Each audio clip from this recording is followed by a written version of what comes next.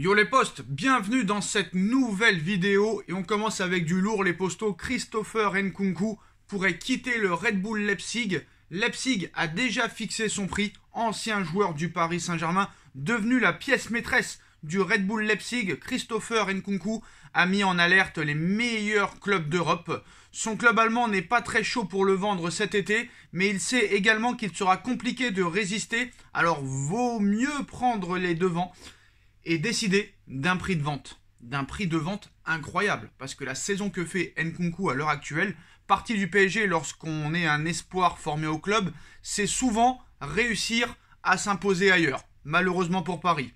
Et parfois dans de très bonnes équipes.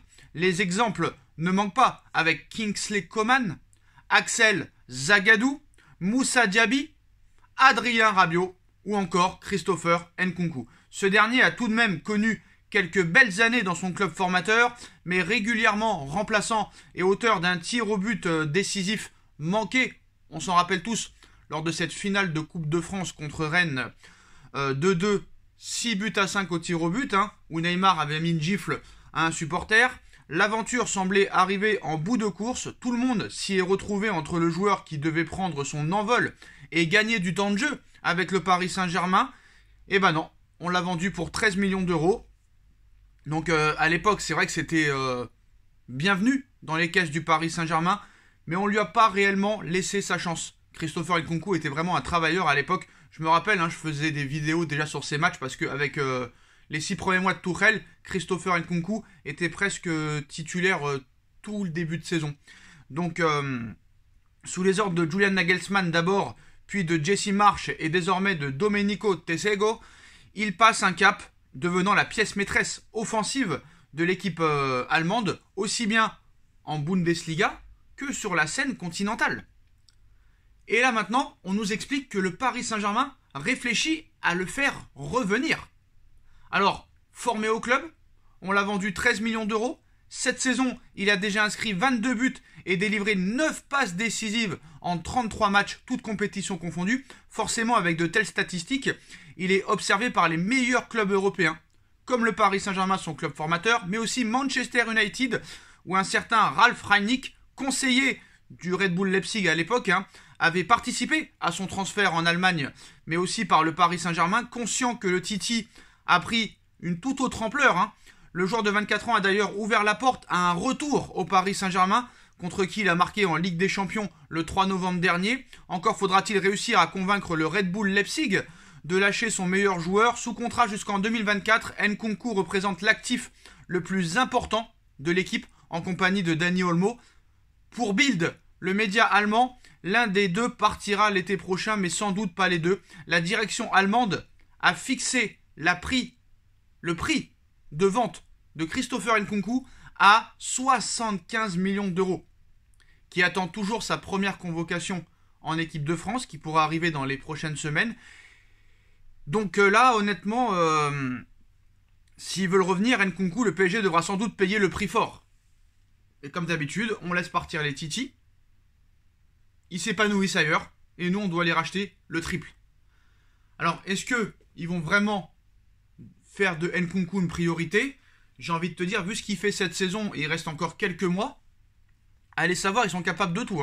On se rappelle à l'époque, Anelka vendu, puis racheté très très cher, puis après revendu moins cher. Voilà, le Paris Saint-Germain a toujours fait des trucs bizarres, même avant les Qataris, même sous l'ère Canal+. Allez vous renseigner sur Nicolas Anelka, qui a été formé au club, qui avait été vendu à Arsenal, après il a été au Real Madrid, il a fait un petit peu tous les clubs. Paris l'a racheté 30 millions d'euros pour après le revendre 16 ou 17 millions d'euros. Donc voilà, Paris a toujours fait un petit peu n'importe quoi dans les transferts. Maintenant, deux grosses infos les postos. Comme vous le savez, le dossier Mbappé hante les esprits de la presse mondiale. Et aujourd'hui, une nouvelle information est sortie. Il ne pensait qu'à lui. À l'heure où le Paris Saint-Germain et le Real jouent leur avenir européen en 8e de finale de Ligue des Champions, les médias de toute l'Europe ne passent pas un jour sans parler de Kylian Mbappé. Il faut dire que la possibilité de voir débarquer le crack parisien en Espagne, libre de tout contrat, a de quoi faire parler. C'est un certain scepticisme s'est récemment emparé de la presse locale.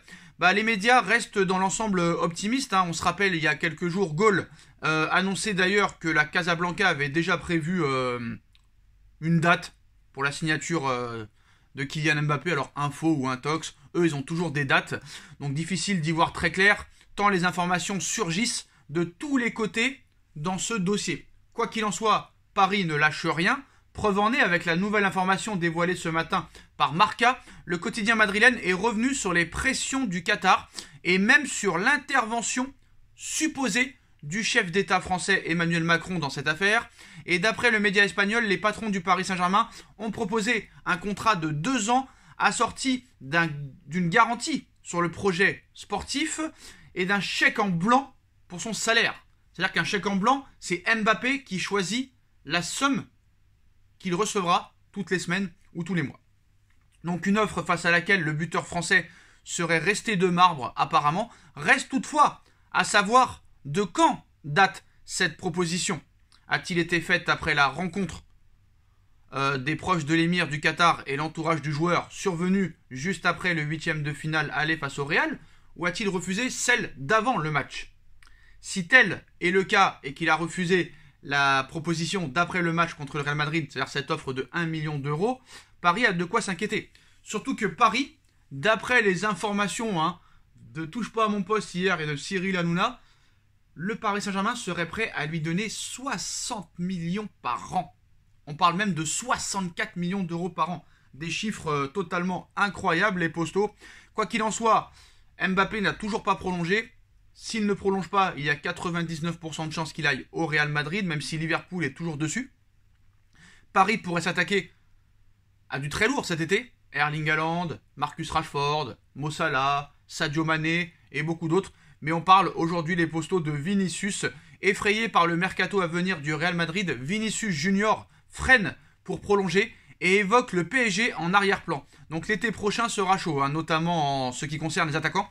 Après le PSG qui s'est offert une ligne d'attaque surréaliste avec Messi, Neymar, Kylian Mbappé en plus d'Angel Di Maria, c'est le Real Madrid qui rêve de frapper très fort en récupérant Mbappé tout d'abord, ce qui semble tout de même bien parti pour l'instant, même s'il ne faut juger de rien dans ce dossier énormissime. Mais le Real ambitionne de faire aussi venir Erling Haaland, qui serait en partance vers Manchester City, réunion entre Raiola et le clan City apparemment demain dans la journée. Raiola, très ami avec le PSG, mais pas en très bon rapport avec le City, ça peut peut-être être bien pour Paris. Et Paris regarde toujours Vinicius Junior, qui explose cette saison. Du coup, l'embouteillage en vue commence à se faire peur aux Brésiliens. Ce dernier sait que sa place pourrait être remise en cause rapidement, sachant qu'il n'a pas le statut des deux joueurs qui sont cités, Haaland et Mbappé, et non plus de Benzema, on va dire, peut-être, ou d'autres joueurs qui sont cités du côté du Real Madrid.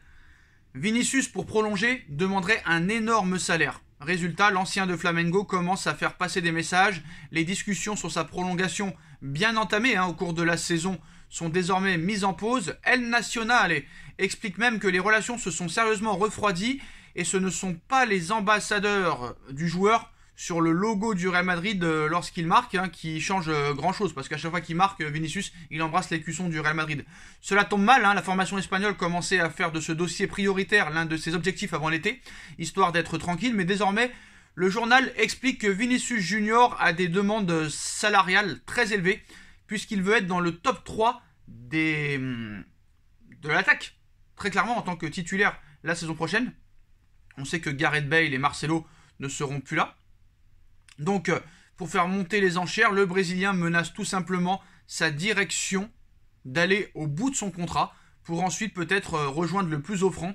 Sous-entendu, le Paris Saint-Germain, qu'il apprécie beaucoup et a déjà tenté sa chance timidement dans ce dossier il y a quelques années. Une menace qui ne fait pas encore froid dans le dos à Florentino Pérez, qui sait que son joueur est sous contrat jusqu'en juin 2024, mais forcément la signature probable peut-être de Mbappé, qui adore évoluer à gauche, et c'est le poste de prédilection de Vinicius Junior, de jouer à gauche, donne aux Brésiliens quelques sueurs froides et quelques doutes.